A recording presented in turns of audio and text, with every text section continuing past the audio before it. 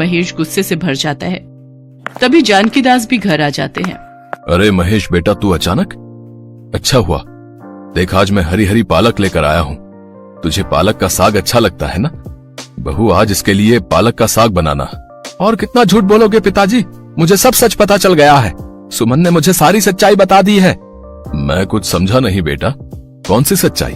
सुमन ने मुझे कहा है कि आप उस पर गंदी नजर रखते हैं और आपने उसके साथ कुछ ऐसी हरकत की है जो बताने लायक भी नहीं है। अब मैं आपको इस घर में नहीं रहने दूंगा। यहाँ से चुपचाप चले जाओ, वरना मैं भूल जाऊंगा कि आप मेरे पिता हो। तुम ये क्या कह रहे हो महेश बेटा? ये सब सुनने से पहले मैं मर क्यों नहीं गया? तुम जानते भी हो सुमन बहू ने तुम्हारी पीठ पीछे। सुनो, अगर अभी इसी वक्त ये घर से नहीं गए तो मैं जहर खाकर मर जाऊंगी। मैंने कहा पिताजी आप यहाँ से चले जाओ, मुझे आपका चेहरा तक नहीं देखना।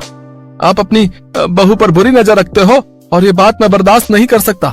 मेरी बात तो सुनो महेश बेटा। महेश घर का दरवाजा बंद कर लेता है। जानकी दास रोते हुए उसे आवाज लगाता है, पर महेश उसकी एक नहीं सुनता।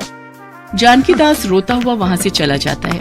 अब तुम्हें डरने की कोई जरूरत नहीं है, पिताजी अब वापस नहीं आएंगे। और वैसे भी अब मैं तुम्हें यहाँ नहीं रहने दूंगा, मैं तुम्हें अपने साथ शहर ले जाऊंगा। अरे नहीं नहीं, अभी तो वैसे भी पैसों की तंगी से परेशान हो, अभी तुम वापस चले जाना, फिर जब सब कुछ ठीक हो जाए तो मैं आ जाऊंगी। अच्छा ठीक है, फिर मैं परसों वापस ही कर लेता हूँ। सुमन के रास्ते का एक कांटा उसके ससुर को वो घर से निकलवा चुकी थी। अब वो चाहती थी कि जल्दी से जल्दी महेश शहर लौट जाए ताकि वो बेफिक्र होकर रोशन से मिलती रहे। पर कहते हैं ना, गुनाह कभी न कभी सामने आ ही जाता है। महेश को एक दिन बाद वापस जाना था। सुमन नहाने के लिए गई हुई थी। अचानक उसके मोबाइल पर रोशन का फोन बजने लगता है। सुमन, तुम्हारे मोबाइल पर किसी रोशन का फोन आ रहा है। सुमन, अरे सुमन, अरे 2-3 बार फोन आ गया है, कोई जरूरी फोन तो नहीं? अरे रोशन नाम का तो कोई नहीं है, एक बार उठाकर देखता हूँ, क्या पता सुमन के मायके से कोई हो। महेश फोन उठाकर अभी हेलो कहने ही वाला था कि पीछे से रमेश बोल पड़ता है। क्या बात है सुमन, मैं कितनी देर से तुम्हें फोन मिला रहा हूँ। जब से तुम्हारे बुढ़े ससुर ने मुझे देखा है तब से तुमने मुझसे मिलना ही बंद कर दिया। अरे उस बुढ़े को मारकर फेंक क्यों नहीं देती? और तुम कह रही थी कि तुमने अपने पति महेश को बुलाया है। अरे कुछ तो खबर देती, तुमसे मिले बिना मुझे चैन नहीं पड़ रहा है। मुझे तुमसे आज ही मिलना है, अब मैं तुम्हारे बिना नहीं रह सकता। तुम आज शाम को ही मुझसे मिलने आ रही हो बस। रोशन जैसे ही फोन रखता है, महेश थोड़ी देर के लिए सदमे में आ जाता है। उसने वो सब अपने कानों से सुन लिया था जिसके ऊपर वो कभी भी यकीन नहीं करना चाहता था। तुम आवाज लगा रहे थे, किसका फोन था? तुम्हारे आशिक रोशन का। क्यों, घबरा क्यों गई सुमन? मुझे सारी सच्चाई पता चल चुकी है।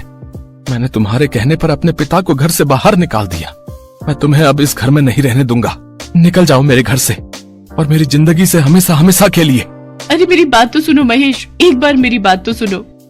सुमन गुस्से में महेश के सिर पर बराबर में रखा डंडा मार देती है। तभी महेश के पिता जानकी दास आ जाते हैं। इंस्पेक्टर साहब, मेरी बहू मेरे बेटे को जान से मारना चाहती थी, इसे ले जाइए और ऐसी सजा दीजिए कि आज के बाद ये किसी का भी घर बर्बाद न करे।